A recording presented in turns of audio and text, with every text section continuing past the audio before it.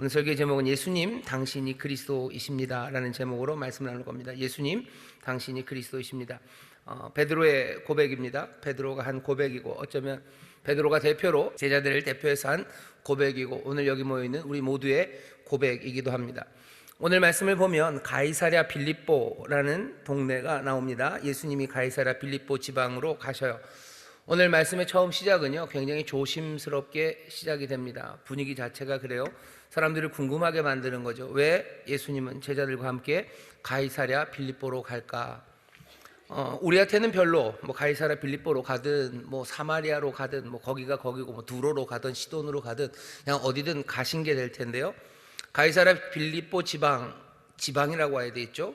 이 말이 적어도 하나님의 말씀을 읽는 사람들, 아니 이 당시에 유대인들에게는 뭔가 고개를 갸우뚱하게 하는 겁니다. 예수님이 가이사랴 빌립보에 갈 일이 별로 없어요. 왜냐하면 여기는 예수님이 한참 복음을 증거하고 사람들에게 기적을 행하던 갈릴리에서요 꽤나 많이 떨어진 곳입니다. 예수님의 친척이 여기 살 리도 별로 없습니다. 왜냐하면 가이사랴 빌립보는 거의 이방인 도시예요. 걸어서 꽤 갑니다. 걸음 빠른 사람들은 하루에도 가겠지만, 걸음 느린 사람들은 천천히 걸어가면 하루도 더 걸릴 만큼 그렇게 먼 북쪽입니다. 여러분들 헐몬산, 이슬이 이러면서 시편 133편 얘기를 하죠. 그 헐몬산이 있는 산기슭, 저 북쪽으로, 갈릴리에서 북쪽으로 한참 가는 그곳이에요. 예수님이 이리로 왜 가셨을까 싶은 겁니다. 왜 가셨을까? 사람들은 가이사랴 빌립보라는 도시가 어떤 도시인지를 알아요. 우리는 잘 모르죠. 하지만 여러분은 5분만 지나면 이제 압니다. 가이사랴 빌립보는요, 동네 이름이 가이사랴입니다. 가이사랴라는 거는 영어로는 시저라고 그러죠. 케사르, 시저. 가이사라고 우리가 알고 있는 가이사 아우구스토라고 하는 바로 그 왕 이후로, 아우구스토는 왜 가이사라는 이름을 쓰냐면요, 자기의 양아버지 시저의 이름을 그대로 딴 겁니다. 그래서 그 이후로 로마의 황제들은요, 시저, 카이사, 가이사르, 가이사 이런 이름을 써요. 가이사랴라는 이야기는 그 시저에 관한 이야기입니다. 가이사 아구스토가 여기 있는 이 도시 하나를요 헤롯에게 주었어요. 우리가 알고 있는 바로 그 헤롯입니다. 예수님을 죽이려고 했던 그 헤롯 대왕이죠. 이 도시를 여기 가이사가 시저가 그러니까 아구스토가 누구예요? 헤롯 대왕에게 줬죠. 헤롯 대왕에게 준 이 도시를, 그러니 당연히 아들이 물려받습니다. 헤롯의 아들이 여럿이 있어요. 그 중에 하나가 빌립인데요. 빌립이 받았어요. 빌립이 받아서 이 도시를 만들고서요, 또 황제에게 아부를 해야 되죠. 그러니까 그 받은 도시를 잘 만들어서요, 이것저것 신전도 만들고 폼을 잘 갖춘 다음에 이거를 가이사에게 바친다라는 의미로 가이사랴라고 이름을 붙였습니다. 근데 지중해 해안에 가면 가이사랴라는 동네가 또 있어요. 거기도 마찬가지로 황제에게 바쳐진 도시고요. 거기 로마의 군단이 자리했던 거고, 그리고 유대 지역을 지배하는 그 로마에서 보낸 총독이 있는 곳이 지중해 연안의 가이사랴예요. 지중해 연안에 있어야 됩니다. 그래야 로마에서 뭔가 빨리 오고 갈 수 있기 때문에. 이 해안가에 있는 가이사랴와 여기 내륙에 있는 가이사랴가 분명히 다른 도시인데 구분을 하려면 이름이 필요하죠. 그러니 여기는 빌립이 지은 도시예요. 그래서 가이사랴 빌립보입니다. 예수님이 계시던 갈릴리 그리고 유대 땅은요, 헤롯 안티파스라고 해서 헤롯 대왕의 다른 아들이 다스려요. 근데 거기 이쪽 가이사랴 빌립보는 빌립이 다스리는 어쩌면 전혀 다른 영토입니다. 그러니 가는 게 그렇게 가까운 길도 아니고요, 어쩌면 헤롯 안티파스의 영향력 바깥에 있는 그런 도시예요. 그리고 당연히 로마의 황제에게 바쳐진 도시입니다. 도시의 이름 자체가 가이사랴, 로마의 황제 이름이 거기에 붙어 있는 곳입니다. 예수님이 그리로 가셔요. 아주 조심스럽게 그리로 가십니다. 멀리 떨어진 그곳으로 가셔요. 아마 이유가 있으실 겁니다. 그 이유는 노골적으로 말씀에서 설명은 안 돼요. 하지만 우리가 말씀을 읽다 보면 예수님이 어쩌면 이래서 가이사랴 빌립보 이 멀리로 가셨구나 하는 생각을 합니다. 먼저는 멀리 가셨어요. 사람들 많은 곳이 아니라 자기들을 잘 모르는 그러니까 익명성이 보장되는 그쪽으로 가셨죠. 그리고 거기는 로마의 황제의 이름이 붙은 그 도시로 가십니다. 가셔서 예수님이 또 조심스럽게 물어보셔요. 예수께서 가이사랴 빌립보 지방에 이르러 제자들에게 물어 가라사대 사람들이 인자를 누구라 하느냐라고 묻습니다. 적어도 마태복음에서는 뭔가 조금 간접적으로 물어봐요. 마가나 누가에서는 예수님이 그렇게 제자들에게 묻지 않으셨어요. 누가복음 9장 18절에서는 무리가 나를 누구라 하느냐라고 그래요. 마가복음 8장에서도 마찬가지입니다. 사람들이 나를 누구라 하냐 아주 직접적으로 물어보셔요. 네, 마태복음에서는 그렇진 않습니다. 훨씬 더 애둘러서 사람들이 인자를 누구라 하느냐라고 그렇게 물어봐요. 뭐 피할 구멍을 좀 만들어 놓는 거죠. 그냥 나 아니라 그냥 인자 그러면서 애매하게 물어보십니다. 하지만 예수님이 묻는 이 질문의 인자가 누군지는 듣고 있는 제자들은 다 알아요. 질문은 사람들은 나를 누구라 하느냐라는 질문을 아주 조심스럽게 가이사랴 빌립보까지 가서 제자들에게 물으십니다. 이 질문에 제자들이 대답을 합니다. 가로되 더러는 세례 요한, 더러는 엘리야, 어떤 이는 예레미야나 선지자 중에 하나라 하더이다. 제자들은 사람들의 일반적인 반응을 지금 얘기합니다. 사람들은 예수님을 예레미야라고, 세례 요한이라고, 엘리야라고, 선지자 중에 하나라고 그렇게들 생각한대요. 그게 제자들이 생각하는 일반인들의 예수님에 대한 이미지입니다. 제자들이 거짓말할 필요는 없어요. 그러면 정말로 어쩌면 예수님 당시에 갈릴리 지역에 있는 많은 사람들, 아니 많은 유대인들은 예수님을 선지자 중에 하나라고 생각했던 게 분명합니다. 예수님을 바라보면서 사람들이 예수님은 뭐 온유하시고 예수님은 상냥하시고 뭐 모든 사람들 뭐 품고 그런 이미지는 없어요. 그냥 예수님을 보면 선지자라고 생각했습니다.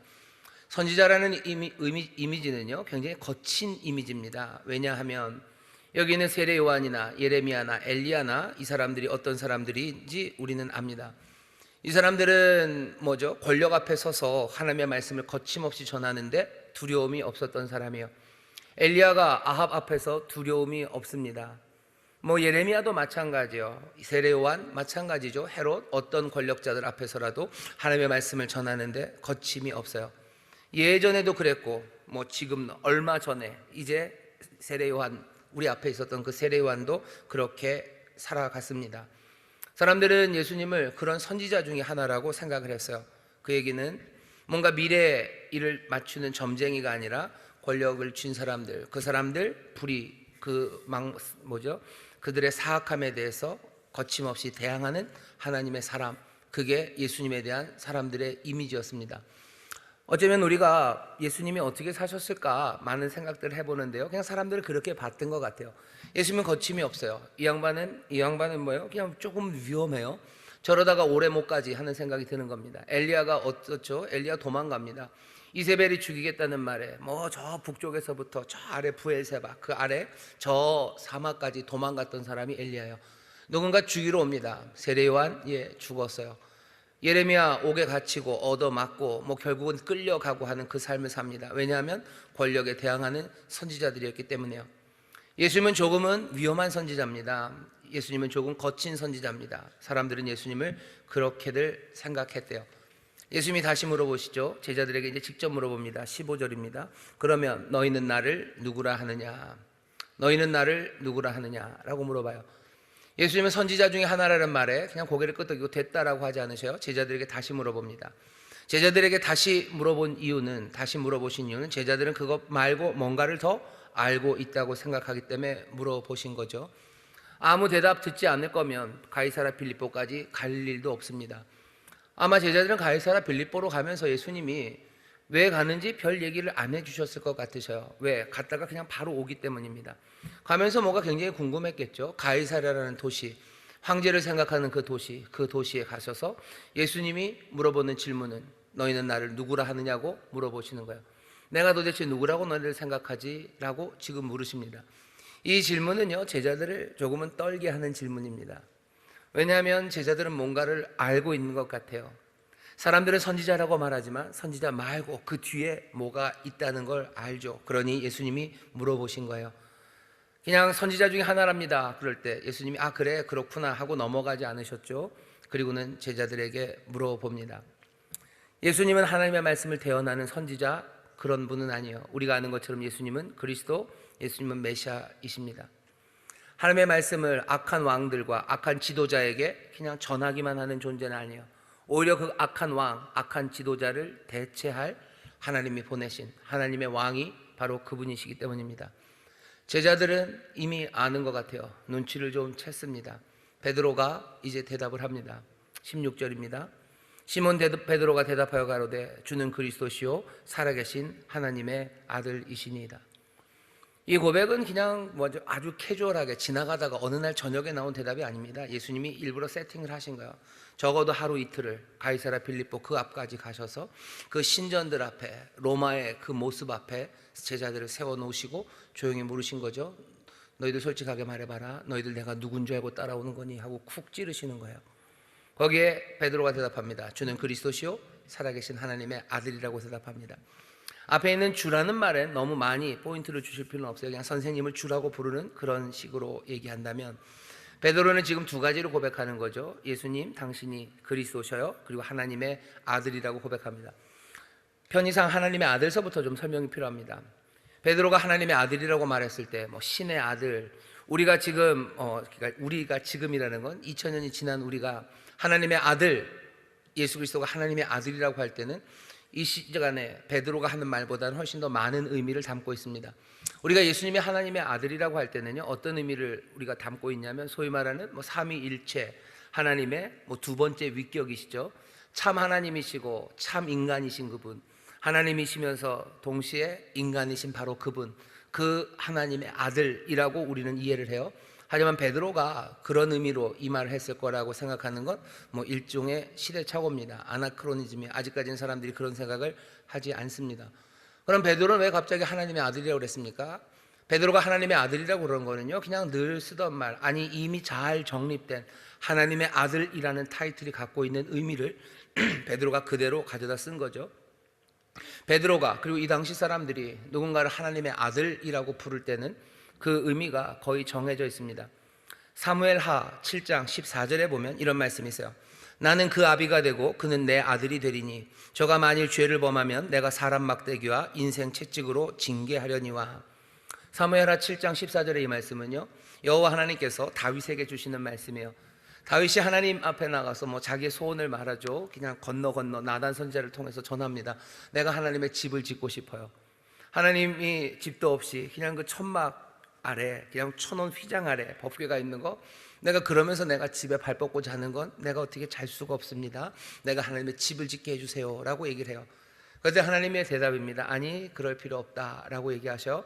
그러면서 하나님이 다짜고짜로 다윗에게 약속을 주십니다. 그냥 약속을 주셔요. 그냥 하나님이 그냥 약속을 막 주십니다. 그 약속 중에 하나가, 네 아들, 네 다윗 위가 영원할 거고, 네 아들,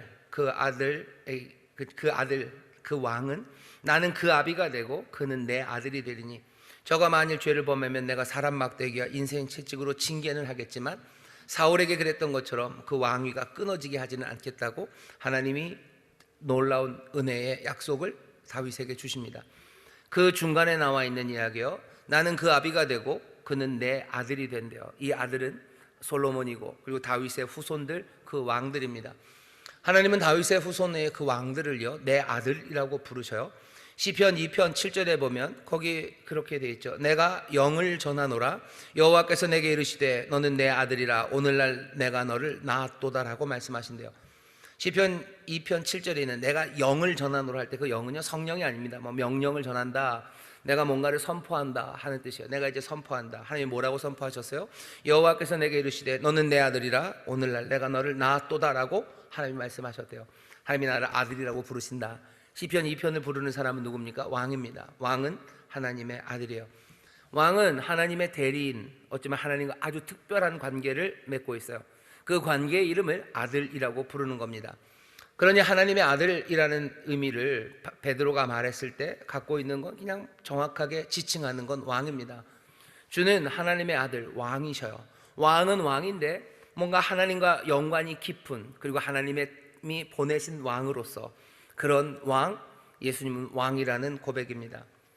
하나님의 아들이라는 이 고백이 왕이라는 것을 의미할 뿐만 아니라 더 깊은 것을 의미한다는 건 베드로가 지금은 모릅니다. 하지만 나중에 예수님 죽으시고 부활하신 후에 누구도 생각하지 못했던 방식으로 이 왕이 하나님, 그분과 관계를 맺고 있음을 사람들은 알아요. 이분이 독생하신 하나님이고 이분이 인간이시며 하나님이신 건 그 나중에 알 겁니다. 하지만 사람들이 쓰는 말이에요. 하나님의 아들입니다. 주는 그리스도셔요. 그리고 하나님의 아들이라고 대답합니다. 당신은 특별한 왕이요 하나님이 세우신 왕입니다라고 지금 베드로가 말하는 겁니다. 진정한 왕이라고 지금 말하는 거예요. 베드로와 제자들의 고백은 바로 이 고백입니다.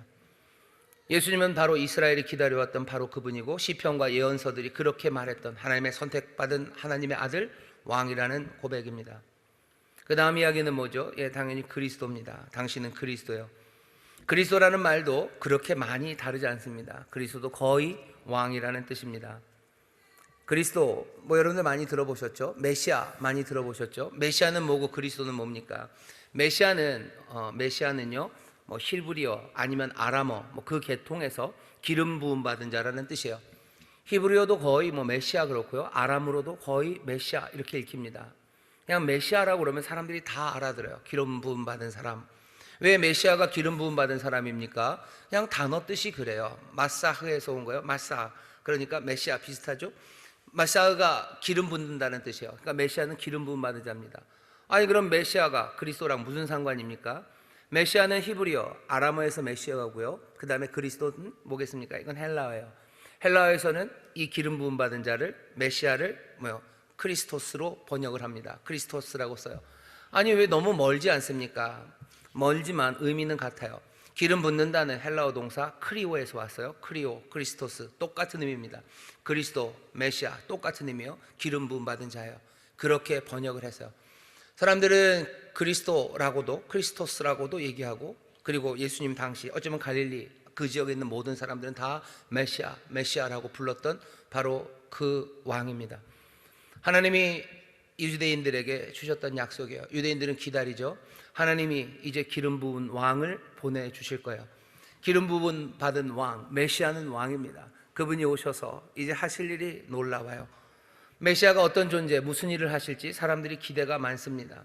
하지만 어떤 거라고 딱 부러지게 얘기하기는 어려워요. 왜? 예언서 전체에서 이런 이야기 저런 이야기, 꿈 같은 이야기, 그리고 놀라운 희망들을 사람들이 다 그 예언서가 담고 있기 때문입니다. 사람들이 생각하는 것 중에 하나가 메시아가 오면, 그 왕이 오면 우리를 괴롭혔던 모든 이방인들을 다 물리칠 거예요. 다 물리치고 유대인들에게 자유를 가져다주는 위대한 전사, 그 메시아를 기다려요. 그 메시아를 꿈꾸는 사람들은 메시아의 그림이 있죠. 어쩌면 누구죠? 그런 데 나오는 애들 있죠. 분노의 질주에 나오는 벤 디젤인가요? 그렇게 약간 근육질에 무술 잘하고 싸움 잘하고 뭔가 카리스마 빵빵한 메시아, 그 왕. 모든 이방인들을 다 물리치고 우리에게 자유를 가져다 주실 메시아, 그 메시아를 기다리며 사람들이 그림을 그려요. 어떤 사람들은 그것과는 조금 다른 각도에서 메시아를 그립니다. 그 메시아는 성전을 정화하실 분이에요. 오셔서 모든 성전을 깨끗하게 하시고 예배를 새롭게 만들고 하나님 앞에 진정한 예배를 드리게 할 수 있는 그런 왕.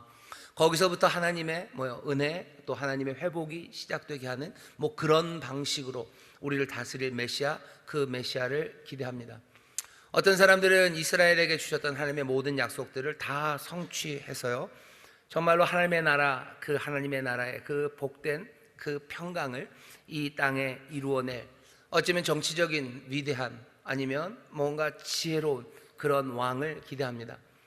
사람들의 기대가 많아요. 어떤 게 정말 그걸지 사람들은 꼭 집어서 말하지 못합니다. 그냥 그 모든 것들을 다 뭉뚱그려서 생각해요. 메시아, 그리스도가 올 거예요. 그리스도가 올 거고 그분은 왕이고 이 놀라운 일을 행하실 거죠. 베드로가 지금 고백합니다. 당신 예수, 우리의 주님, 선생님, 당신은 그리스도, 당신이 바로 그 메시아. 유대인들이 그렇게 기다렸고, 유대인들이 그렇게 아주 그냥 시끌벅적하게 기다렸기 때문에 그 근처에 있는 모든 사람들이 다 한 번쯤은 들어봤을 그 메시아, 당신이 메시아라고, 그리스도라고 고백하는 겁니다. 이 고백은 그렇게 만만한 고백은 아닙니다. 이 고백은 굉장히 위험한 고백이에요. 그럴 수밖에 없죠. 이 말을 한다는 건 그냥 지금 왕들, 지금 어쩌면 로마의 황제들, 그 사람들에게 도전하는 일입니다. 그 사람들을 위협하는 일이에요. 예수님 당시, 그리고 예수님 이후에도요, 꽤나 많은 메시아들이, 자칭 메시아들이 많이 나왔습니다. 자기들이 메시아라는 거죠. 자기들이 메시아라고 나와서 사람들을 이끌고 갑니다. 그리고는 어떻게 돼요? 번번이 깨지는 거죠. 많은 사람들이 그 뒤를 따르지만 로마가 잡아갑니다. 아니면 성전의 권력들이, 바리새인들이, 아니면 사두개인들이 잡아가요. 그러면 뿔뿔이 사람들은 흩어져 버리고 메시아라고 자칭했던 사람들의 최후는 비참합니다. 그러니 메시아라는 이름 자체가 갖고 있는 뭐죠? 그 위험성이에요. 메시아들은 늘 위험했어요. 예수님 전에도 그랬고 예수님 후에도 그렇습니다. 지금 예수님의 제자들은 그 위험한 이야기를 입에 담고 있어요. 당신이 메시아요. 당신이 하나님의 아들, 그 왕입니다. 라고 지금 크게 말 못합니다. 조용히 말해야 돼요. 갈릴리에서 말 못합니다. 사람들이 주목받는 그곳에서, 갈릴리에선 그래도 예수님 뭐죠? 유명인이에요. 예수님이 하는 이야기에 사람들이 귀 기울이고 예수님이 하는 행동들 사람들이 지켜보고 있습니다. 그러니 거기에서는 그 말 하지 못합니다. 예수님은 조용히 이 사람들을 이끌고 가이사랴 빌립보까지 가서 어쩜 외딴 곳 아무도 모르는 그곳에 가서 조용히 물어보신 거예요. 너희들은 나를 누구라고 생각하느냐? 베드로가 대답합니다. 주는 그리스도시요 살아계신 하나님의 아들이라고. 우리가 이제는 안다는 거야. 우리가 따르는 이가 누군지 우리는 알아요. 이 위험한 이름을 가지신 이가 당신이라는 걸 우리가 압니다 라고 지금 고백을 하는 겁니다. 이 고백 앞에 예수님은 어떻게 하셔요? 그 고백을 그냥 기쁘게 받으십니다. 17절 보시면 예수께서 대답하여 가라사대 바요나 시몬아 네가 복이 있도다. 이를 내게 알게 하니는 혈육이 아니요 하늘에 계신 내 아버지시니라. 너 틀렸다가 아니에요. 너 맞았다. 너 맞았는데 정말로 놀라운 걸 알고 있구나. 너 하나님이 알게 하셨구나. 하나님이 알게 하셨어요. 아니 하나님이 알게 하셨고 어쩌면 그래서 베드로가 그 말을 입 밖으로 내뱉기 시작한 겁니다. 위험한 말입니다. 위험한 말인데도 불구하고 베드로가 이 말을 해요. 이 위험한 말을 베드로가 했다는 것은요 예수님에 대한 충성입니다. 내가 예수님을 따르겠다는 거예요. 이제까지 선지자를 따르는 것도 그렇게 부드러운 일은 아닙니다. 하지만 메시아를 따르고 그리고 또 하나님의 아들 그 왕을 따르는 일은 더 위험한 일이에요. 그 전에 수많은 메시아들이 어떻게 죽어갔는지 이 사람들은 압니다. 여기 왕이 쟁쟁하게 있는 그렇죠? 헤롯들이 그냥 온 곳에 다 있고요. 로마의 황제가 있는 그 상황에서 하나님의 아들이라는 왕이라는 그 고백으로 따라간다는 건 정말 위험한 일입니다. 예수님은 그 고백을 기뻐 받으셔요. 그리고 입 씻으십니까? 아니요, 예수님 입 씻지 않으셔요. 그 충성을 고백한 사람에게 예수님이 대답하십니다. 예수님도 해 주실 말이 있습니다. 18절입니다. 또 내가 네게 이르노니 너는 베드로라. 내가 이 반석 위에 내 교회를 세우리니 음부의 권세가 이기지 못하리라. 내가 천국 열쇠를 네게 주리니 네가 땅에서 매면 땅에서 무엇이든지 매면 하늘에서도 매일 것이요 네가 땅에서 무엇이든지 풀면 하늘에서도 풀리리라. 베드로에게 새 이름을 주셔요. 아브람에게 아브라함이라는 이름을 주시는 것처럼 여기 베드로에게 베드로라는 이름을 주십니다. 말이 좀 이상하죠? 무슨 베드로에게 베드로라는 이름을 줍니까? 베드로의 이름은 원래는 시몬입니다. 여기 보면 바요나 시몬이라고 그러죠. 요나의 아들 시몬입니다. 바는 아들이라는 뜻이에요. 바 요나 그러면 요나의 아들이라는 겁니다.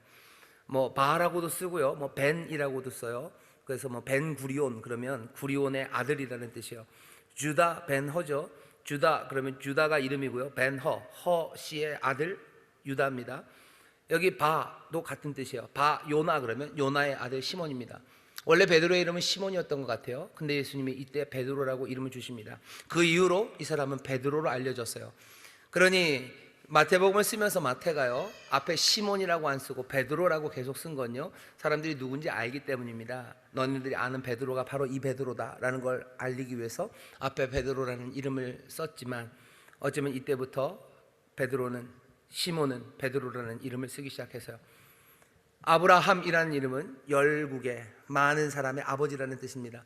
아들이 없었던 아브람에게 아브라함이라는 이름을 주면서요 많은 믿음의 사람들의 조상이 되게 하신 것처럼 예수님은 이 바요나 시몬에게 베드로라는 이름, 반석이라는 이름, 바위라는 이름을 주십니다. 바위라는 이름을 주셔요. 그리고 거기서부터 뭔가를 짓기 시작하시는 거죠. 반석, 그 돌 위에, 이 반석 위에 예수님이 집을 지으신대요. 여기 하나 재밌는 건요 이 베드로라는 이름을 주시면서 예수님이 마음에 생각하신 거 머리에 그린 게 뭘까 조금 힌트가 있습니다. 대비되는 이미지가 하나 있어요. 우리가 알고 있는 예루살렘이라는 그 성, 시온산 바위 투성이 그 위에 서 있는 예루살렘이라는 그 성을 기억해 보셔요. 예루살렘 성전 그곳은 사람들이 어떻게 생각하냐면 지금도 마찬가지입니다. 예루살렘을 세상의 배꼽이라고 말해요. 세계 큰 종교죠. 유대교, 기독교, 이슬람 몽땅 다 예루살렘은 성지입니다. 그런 곳이 별로 없어요. 대한민국에서는 성지가 어디죠? 잘 모르죠. 뭐 저 강화도인가요? 강화 참성단 뭐 이런 데가 성지인가요? 뭐 세계의 배꼽이라고 불려지는 뭐 예루살렘입니다. 예수님 당시의 사람들이 그 이전서부터 그 이후로도 예루살렘이 정말로 중요한 곳이라고 생각합니다.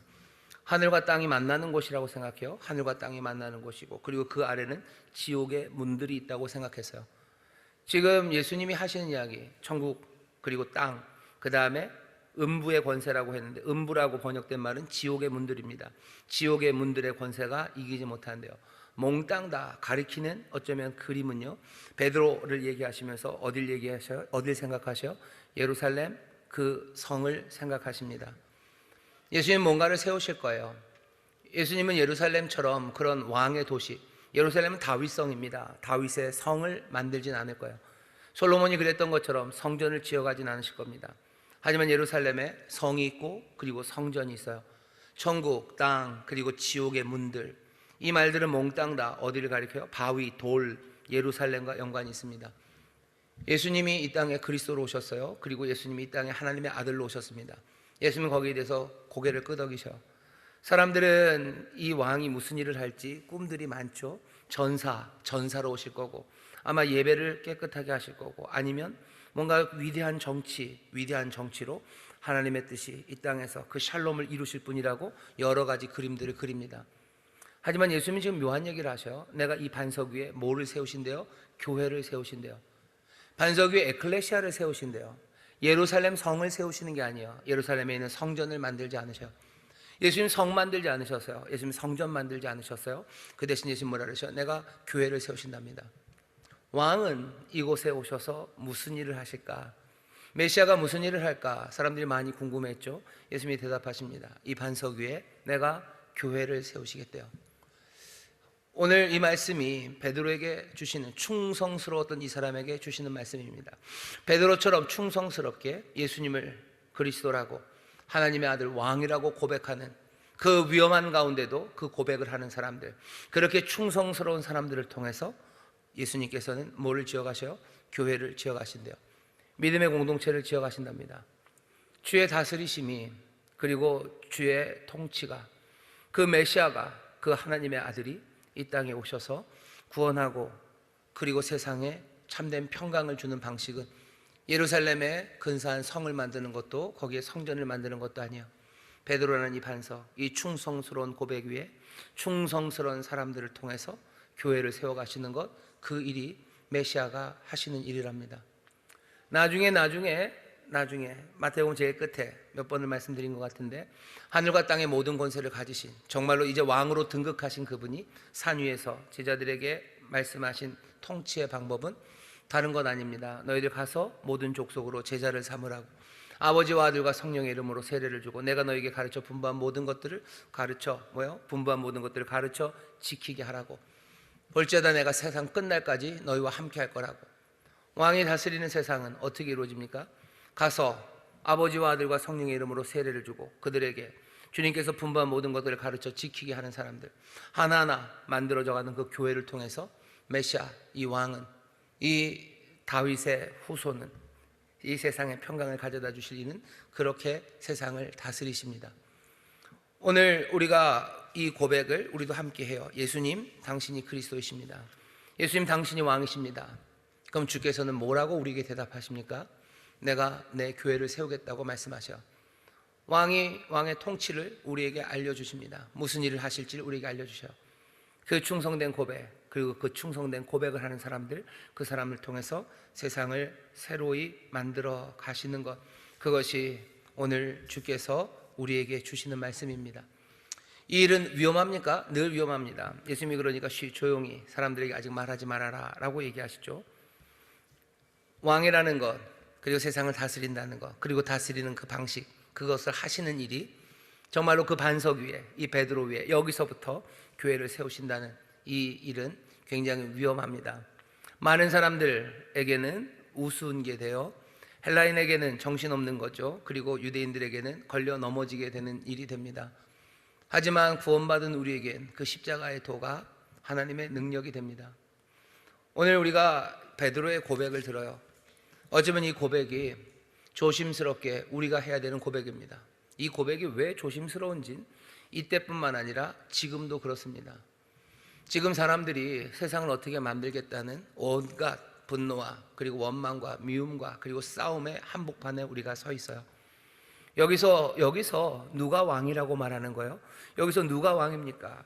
사람들은 이런저런 왕들, 이런저런 지도자들, 이런 방식들, 뭔가 세상이 좋아지는 방식들에 대해서 전사, 아니면 뭔가 굉장히 종교적인 거, 아니면 굉장히 정치적인 거, 이런 것들로 세상의 주장들이 난무합니다. 여기에 우리는 고백하는 거예요. 아주 조심스럽게, 하지만 분명하게. 예수님, 당신이 그리스도시라고, 예수님, 당신이 왕이시라고, 당신이 세상에 평강을 가져다 주시는 그분이라고 우리는 고백하는 겁니다. 세상은 그 고백 말고 다른 고백하라는 거죠. 뭐가 탄핵이 되면, 아니면 안 되면, 누가 되면, 누가 안 되면, 아니면 무슨 경제가 어떻게 되면, 정치가 어떻게 되면, 뭐가 이렇게 되면 그렇게 말하라고 얘기하는 그 세상에서 여기 조용히, 하지만 분명히 예수님이 왕이시고 예수님이 다스린다고 말하는 일은 얼마나 위험한 일입니까? 얼마나 비난받는 일입니까? 얼마나 사람들이 우습게 생각하겠습니까? 여기 베드로의 이 고백, 충성스러운 이 사람의 고백처럼 우리도 아는가 물어봐야 돼요. 주님이 오셔서 조용히 물어봅니다. 예수님도 우리가 뭐라 해야 되나, 좀 불편할 걸 아셔요. 그러니 조용히 따로 가서 물어보시는 거죠. 넌 내가 누구라고 생각하느냐? 넌 내가 누구라고 생각하느냐? 여러분들 뭐라고 대답하실 거예요? 그냥 상냥하신 분, 아니면 나를 위로하시는 분, 아니면 내 기도를 들어주시는 분, 그게 우리의 대답입니까? 그게 우리의 대답입니까? 예수님의 제자들이 베드로가 적어도 그거보다는 더 많이 알 거라고 생각했어요. 복음서 보면, 특별히 마가복음 같은 데 보면 베드로가 얼마나 바보같이 나옵니까? 늘 바보 삼총사 같아요. 얼간이 삼총사죠. 무슨 바르샤의 얼간이 삼총사처럼, 새 얼간이들처럼 그렇게 제자들 얼렁얼렁하고 다닙니다. 하지만 예수님은 이 제자들이 자기가 누군지 알 거라고 생각하셨어요. 어쩌면 우리는 이 제자들보다 훨씬 더 못난 사람들인지 모릅니다. 베드로는 예수님 따라다닌 지 얼마 안 됐습니다. 요한복음을 보면 예수님의 공생애가 한 3년이 조금 넘든지 아니면 2년 반이든지 그래요. 근데 마태, 마가 다른 데를 보면요, 어쩌면 마가복음 같은 거 보면 이거는 몇 달 아니에요. 예수님을 따라다닌 지 길어야 3년, 아니 짧으면 이제 1년, 채 1년도 안 된 사람이에요. 우린 예수님을 얼마나 많이 따라다녔습니까? 여기 이제 막 예수님 믿으신 분도 있을 거예요. 하지만 여러분들 수십 년을 예수님을 따라다녔어요. 수십 년을 주님을 예배하고 주의 말씀을 들었습니다. 근데 이제 예수님이 우리에게 조용히 물어보셔. 넌 나를 누구라 생각하느냐? 거기에 대답이 여전히 무슨 거친 선지자도 아니고, 아니 그리스도도 아니고, 하나님의 아들도 아니고, 외워서 하는 대답 말고 정말로 내가 생각하는 그리스도는 나를 상냥히 대하시는 분, 내가 울면 나를 위로해 주시는 분, 다 맞아요. 다 맞습니다. 하지만 여기 이 고백이 우리의 입술에서 나오는지, 메시아가 이 땅에 오셔서 하는 건 우리를 위로하시고 우리를 치료하시고 우리를 회복하시는 일을 합니다. 하지만 그분은 뭐예요? 기름 부음 받은 왕, 오랜 예언의 말씀들, 하나님의 아들, 왕으로 세상을 다스릴 분이셔요. 우리가 뭐라고 고백하는지 다시 한번 듣기를 원하셔요. 그리고 거기에서부터 교회를 세워가셔요. 왕은 그렇게 세상을 다스리길 원하십니다. 사람들은 이 이야기에 대해서 콧방귀를 뀌고 말도 안 되는 소리라고 얘기할 거예요. 우리가 계속해서 아니라고, 예수가 그리스도시라고, 예수가 하나님의 아들이라고 우리가 고백하면, 끝까지 그 고백을 하면 우리를 향한 핍박과 그리고 어쩌면 우리를 내던져 버릴 겁니다. 우리를 내던져 버려요. 무시하고 우리랑 놀지도 않을 겁니다. 우리랑 말도 하지 않을 거예요.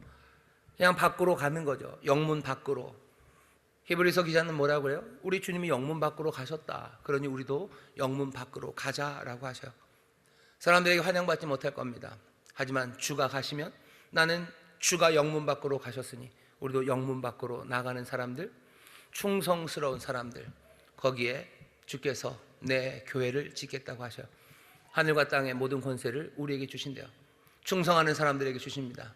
세상이 어떻게 주의 뜻이 이루어질지, 주의 평강이 어떻게 이루어지는지 다시 한번 주의 말씀 앞에 귀를 기울이십시오. 교회는 이제껏 그렇게 살아왔어요. 물론 그 2000년 동안 이런저런 핍박과 유혹들 많았어도 교회는 이 믿음을 지키며 삽니다. 주님이 왕이시고, 주님이 그리스도시고, 주님이 하나님의 아들이시고, 주께서는 다른 방식이 아니라 이 반석 위에 정말로 주의 교회를 지으시며 충성의 사람들, 그 사람들, 순종하는 그 사람들 통해서 하나님의 뜻을 이루시고 놀라운 평강을 이루어 가셨다고 주님은 분명히 말씀하십니다. 오늘 이 시절에 우리의 고백이 되어야 합니다.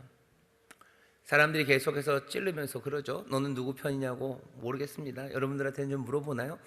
저한테는 아무도 안 물어봐요. 왜 그런지 모르겠는데 아무도 저한테는 안 물어봅디다요. 사람들이 그런 말 하면 여러분들 뭐라고 대답하셔야 돼요? 주님이 왕이시라고, 예수님이 그리스도시라고, 예수님이 하나님의 아들이시라고. 주께 충성하는 자들, 그 반석 위에 주께서 교회를 세우시며 이 세상을 다스리신다고. 우리가 알고 있는 세상을 바꿔내고 세상을 새롭게 하는 유일한, 그리고 참된, 가장 선한, 그리고 영원한, 흔들리지 않는 진리입니다. 그의 나라가 영원합니다. 그 길을 따라 살아가는 겁니다. 그 길에 여러 가지 베리에이션들, 여러 가지 변수들이 우리 앞에 생기겠죠. 그래도 우리는 그리스도의 교회, 그리스도의 몸된 교회, 내 교회를 세우겠다는 그 말씀을 듣고 하나하나 주를 의지하면서 그 일을 해나갑니다. 주가 행하시고 주가 역사하시고 그 기묘한 모사가, 전능하신 하나님이, 영존하시는 아버지가 평강의 왕이 되셔서 그 열심으로 주의 선하신 뜻, 아버지의 선하신 뜻을 이루어 주실 줄 믿습니다. 예수님이 그리스도십니다. 예수님이 왕이십니다. 그 고백을 하는 이들에게 주께서 얘기하셔. 반석, 거기에 내가 내 교회를 세우겠다고 말씀하십니다.